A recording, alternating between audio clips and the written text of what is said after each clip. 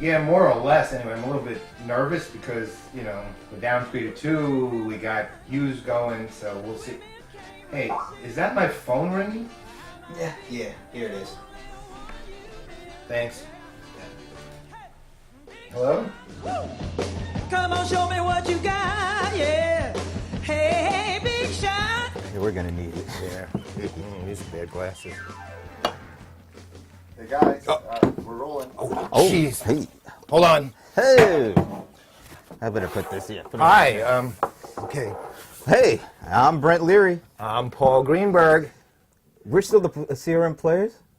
You know, I'm actually not sure. And actually, now that I think of it, I'm not even sure I'm Paul Greenberg. It's been so long, but I think, yes, we are the CRM Players. Thank goodness for that. So we're back, folks, and I know you're probably used to hearing us, but now they actually get to see us.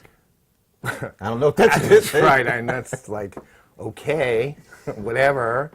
It's been so long. You know, we actually, you know, if you think about it, it's longer for the people who have heard us all these years than the one like us, because we have 6 lost episodes.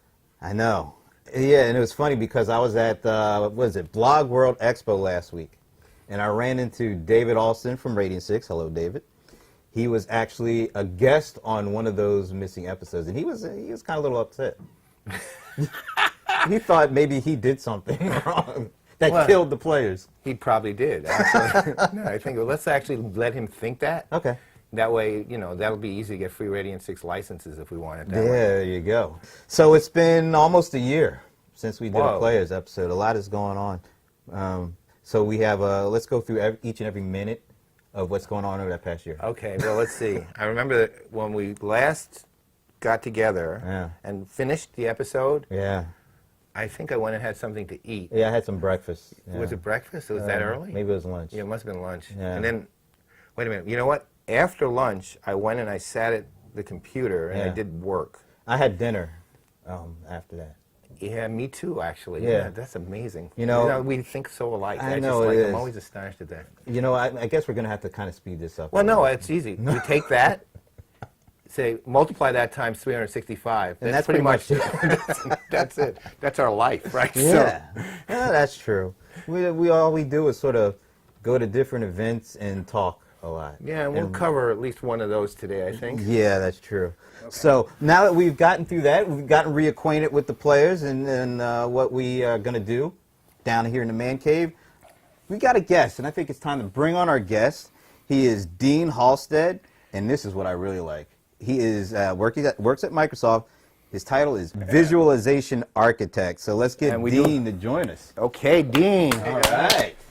How you doing? Thank you. Hey. Want something to drink? No, you actually want somebody to drink. But I'll tell you, you know, one thing I was looking around the man cave, and you're missing one thing that's needed, especially this type of early morning. What? It's an espresso machine.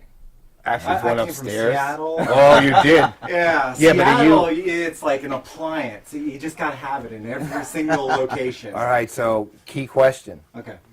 Favorite coffee shop in Seattle? Actually, Seattle's best. I knew you were going to say that. We investigated you a bit, you know, and we are very thorough about background checks. Absolutely. You binged me, right? Yeah. Oh, nice. Of course. There you go. Well, that's right, because you know why? Because we had to make a decision. Not just a search, a decision. Right. And we found a video. Yes. And on the video, it shows you, and it says on the video, Visualization Architect. Right. On the Underneath, video. it says Collaboration Architect. And to us, that's a bit of a scandal. Yeah. So we're trying to figure out who you are really. Right. My background is all in SharePoint and those sorts of, you know, CRM, those types of systems. Mm-hmm. And that's What's kinda, CRM, by the way? Well, XRM, you know, that's any right. sort of Oh, that's right. relationship. That's Put right. RM I on forgot. it. RM, okay. Does that mean like former CRM when you say XRM? Yeah, XRM. Exactly. Like Yes, X, instead of Y, X. X. There you go. So the you know, starting out in that whole collaboration space and trying to just going through, getting people used to using those systems and kind of seeing the value of that. And really what we've seen, especially throughout Microsoft, and I think you guys have seen it in the industry with, what's going on with social CRM or CRM 2.0. I know I want to use both of them because I don't want to start any sort of civil war since we are in Manassas. Not only that, it's social CRM. We actually have just been talking about that for. You are not up to date. You have not listened to Experience on the Edge or the blog. That's right, but we need to go outside and see the actual stake that you put in the ground at some point. I think. Well, I listened. He said social. I am pretty sure you said social CRM was the way you're going. Yeah, that's because he's the guy who popularized it. So, with this whole movement to social and Gov 2.0, Web 2.0, this idea of bringing ideas together. And then having to go to the next version as far as visualizing, seeing, where people are located on maps, seeing, your sales, in reports and dashboards and all that stuff. You kind of get away from just the kind of core collaboration and XRM scenarios and other sorts of collaboration scenarios, and really are going to this whole nother level. And where my role evolved to. Is it went from kind of just collaboration into this whole next level. So what actually does the government look for, given typically the government has, let's put it this way, permanent astigmatism? Well, permanent astigmatism, I would actually say that it's put on its glasses in the last few years, and now it's a little bit more transparent and actually has some, with the new set of goggles it's got on. So that's kind of the nice thing. I think when you look at the government using kind of this idea of how does it get out of its malaise, as it were, they are actually with this whole new way of working. The funny thing about it is, the reason I said XRM is because we went into the government a few years ago and we said CRM, and everybody said we don't have customers, we have, but we said, but you have constituents, you have citizens, and they are like, yeah, and I say that's a C. That qualifies. That qualifies. And then what we notice is that you have roads, so it's really partners, you have relationship management. So what we've seen is that throughout the entire government, whether it be with XRM or with SharePoint or with different technologies, it's been this kind of movement of getting this information, getting it together, and exposing it out to the general public, which has been a great kind of movement in the last few years. And I think that is actually spurred on the industry. It's actually, I think, probably one of the few times you've seen the government lead the industry. That's and when people are coming up to me and they're going like, well, we want to talk about Enterprise 2.0, and I'm going like, well, everything in Gov 2.0 or Web 2.0 is really related over to Enterprise 2.0. That's right. That you have the same sort of issues. And I know that there's a lot of kind of challenges that people look at with social CRM. They're kind of going like, well, what's the value in it? And you're kind of going like, well, what was the original value of XRM or CRM, in previous? It was to kind of manage and find out and glean information about your customers and help better serve them with processes and such forth. You see that in the government. That's what they're trying to do. And that's why you see this whole new evolution of XRM and CRM and SharePoint and social CRM in that space. So, and this is a loaded question. So, which agencies do you see kind of leading the way? I'm actually looking for an answer here, particularly.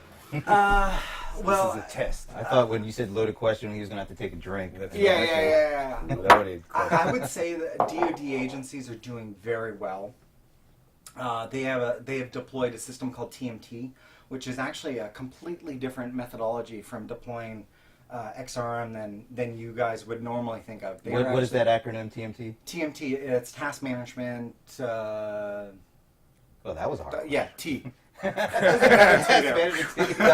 God for that. I actually thought he said Task TNT management reverse. tasking system. I thought he is what said it is. TNT first. No, Oh my TMT. God. No, we don't want that. DOD with TNT. Yeah, it got me on that one. But essentially the idea is that if you have mission, if you have things that you need to do, you have to be able to, in a large organization, task those out. Right. And so essentially you you were managing a relationship, but it's not with customers, it's with internal people. And it's with people that are actually underneath you or related or partners or other services or even coalition forces or whatever it happens to be. So they're using that sort of system to manage how to, get information out, track it and come back, and then understand how well all those systems are working. So they're actually doing a lot of good stuff in that space.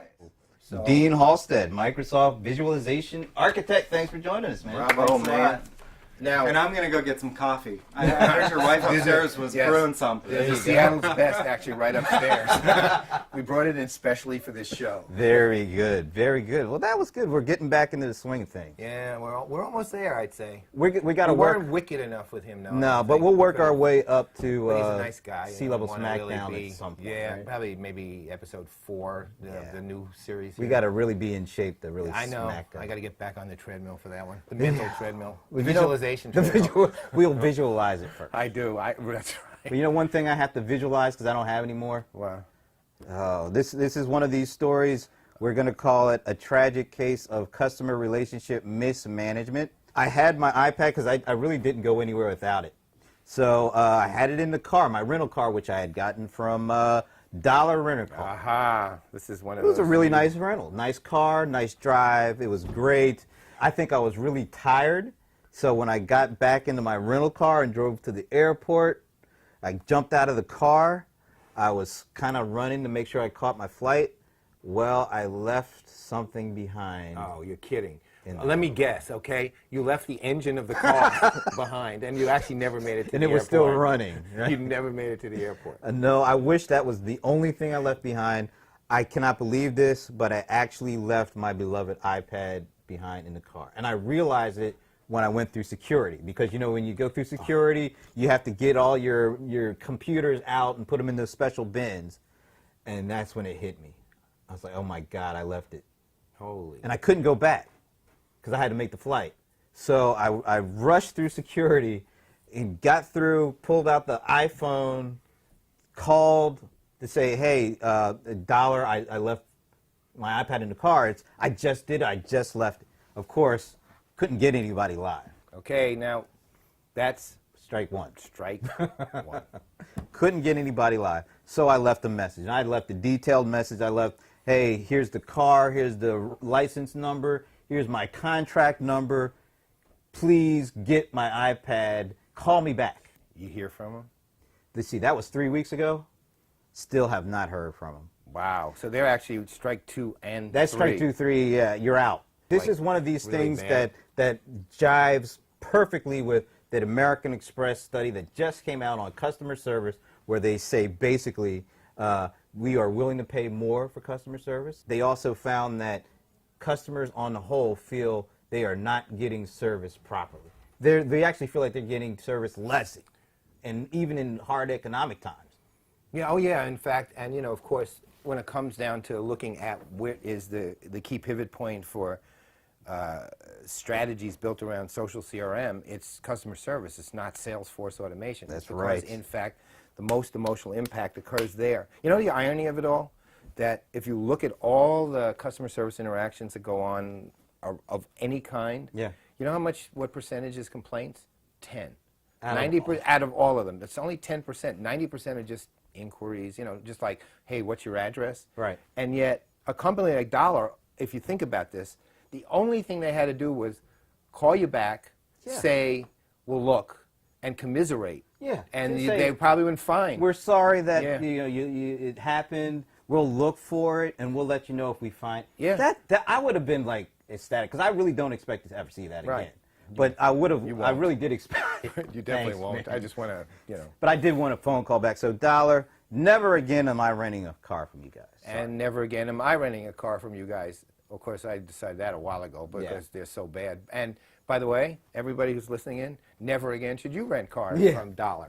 I went with Well, that. you will get what you pay for. So We are. in the meantime, I'm Brent Leary. I'm Paul Greenberg. We are the CRM Playaz, and we will see you next time. See ya. Big Sean, yeah.